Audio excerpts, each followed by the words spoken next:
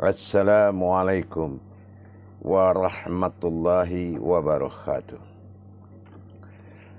Alhamdulillahirabbil alamin. Assalatu wassalamu ala asrafil anbiya'i wal mursalin sayyidina wa maulana Muhammadin.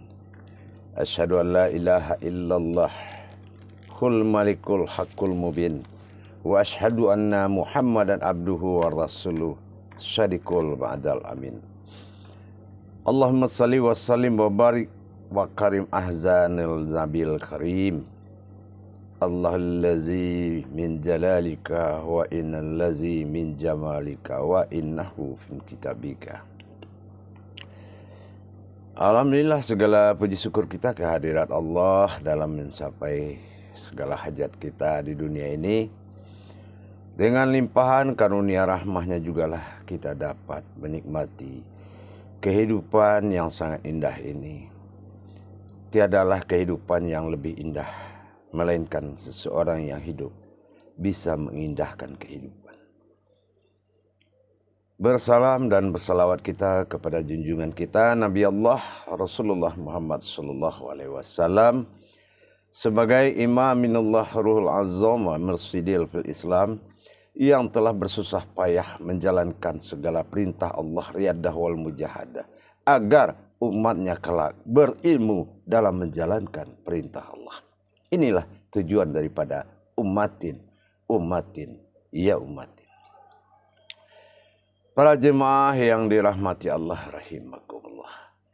Pada kesempatan yang dimuliakan Allah ini, dalam tayangan ini, saya akan berbagi ilmu dan wawasan hakikat daripada sholat. Melanjutkan pelajaran-pelajaran kita, belajar mengenal hakikat sholat dan mendirikan ma'rifat sholat kepada Allah. Karena apa? Ayat itu akan lebur menjadi kauliyah, kauliyah akan lebur menjadi munajat, munajat akan lebur menjadi ma'rifat. Akhir dari segalanya adalah keputusan fardu ain, wajib menyaksikan. Pada ketayangan yang dimuliakan waktu ini oleh Allah, saya akan membagi wawasan tentang ma'rifat usholi. Ma'rifat usholi ini adalah sangat wajib.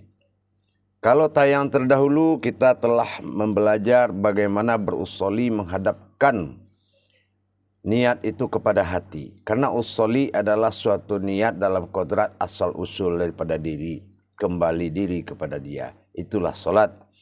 Menghadap Allah dengan kembalinya kepada usholi, yaitu azalinya Allah. Tentunya kita harus berusholi menuju kalbi kita. Tempat Allah yang menjadikan kita. Dalam hal ini para jemaah, usholi ini tanpa diikuti oleh pensaksian, niat yang tidak bisa tanpa pembuktian kodrat, itu bukan namanya usholi. Itu namanya nawaitu.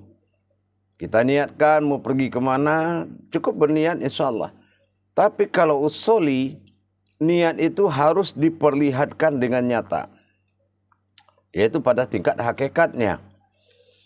Nah, di dalam kita membaca usholi para jemaah, sesuai dengan kodrat diri yang akan dihadapkan kepada Allah, maka itulah yang akan kita perlihatkan. Itulah mahalnya sebuah ilmu, yaitu rahasia yang belum terbuka. Nah, bagaimana caranya? Kita tahu, di dalam kalbi kita, dikatakan itu kalbi telah terjadinya azalinya Allah, yaitu alam zat sifatnya Allah. Kalau alam zat dan sifat Allah, kita tahu zat itu apa, sifat itu apa. Nah, sementara yang menjadi zat bagi Allah itu adalah diri, dan sifat bagi Allah itu adalah nurani. Nah, itulah perwalian Adam pada jasad.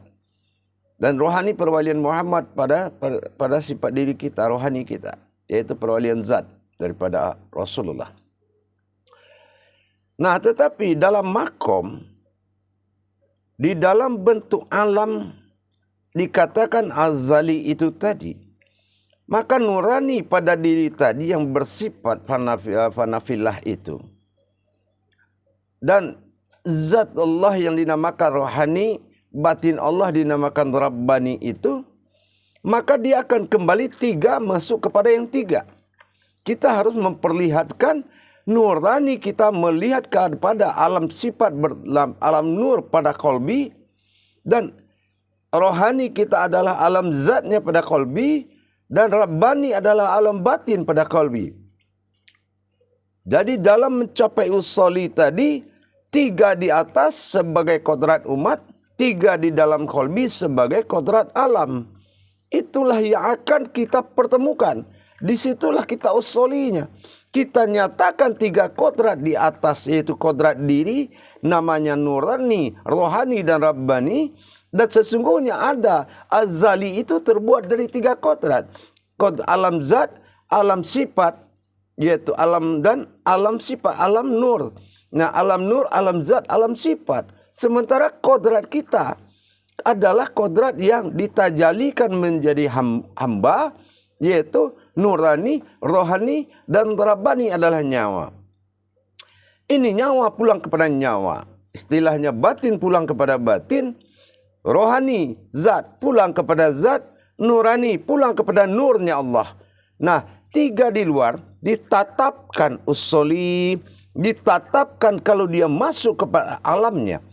Bahwasannya tiga di luar tidak bersekutu dengan tiga di dalam. Nah, di situ itulah kuncian daripada usuli. Kuncian usuli memperlihatkan kodrat diri tadi kepada kodrat alam. Ada nur Allah yang menjadi alam bagi Allah. Ialah zat Allah yang menjadi alam bagi Allah. Dan ada batin Allah yang menjadi alam bagi Allah. Itulah alif lam mim. Jadi kita harus memperlihatkan diri fanafilah ke alam bakofilah. Mana bakofilah? Itulah zat, nur, dan batinnya Allah. Batin wujud daripada nyawa, zat rohani daripada diri, dan nur adalah sifat kodrat daripada Adam. Karena ruh hidup daripada nur. Maka kita perlihatkan tiga di atas, tiga di bawah. Usoli selatan, masanya aku akan bergerak menuju yang hak. Apa yang hak? Nur kepada nur, zat kepada zat, dan batin kepada batin. Itu pasangan tiga kodrat fanafilah harus masuk ke pasangannya alam bakofilah. Disitulah nanti kita baru mengatakan tolunjuk kembali kepada tolunjuk. Tidak ada persekutuan perbedaan. Yang hanya adalah kodrat derajat. Satu kanan, satu kiri. Artinya pada posisi diri fanafilah itu, satu filahnya batin Allah pada umat, dan bilahnya batin Allah pada Tuhan. Ketuhanannya. Itulah hanya perbedaannya. Makanya terjadi penyembahan antara sifat dengan umat, perantara filah dengan bilah. Inilah yang dikatakan usuli. Setelah kita betul-betul menetapkan tiga pasangan dari kodrat diri dengan kodrat alam yang tiga tadi, baru kita menutup wajah dan mata dengan menyebut Alhamdulillah. Alhamdulillah itu kita melihat perjalanan satu rakaat menuju duduk ke dalam alam azali tadi. Hanya kita satu rakaat aja harus kita saksikan. Karena berakaat itu berasal dari alif, lam, ha, dal, ha. Itulah gerakan rakaat. Maka halallah rakaat itu untuk digerakkan. InsyaAllah mudah-mudahan dalam tayangan pendek ini akan membawa hikmah yang paling panjang. Untuk apa tayangan panjang tapi hikmahnya pendek? Assalamualaikum warahmatullahi wabarakatuh.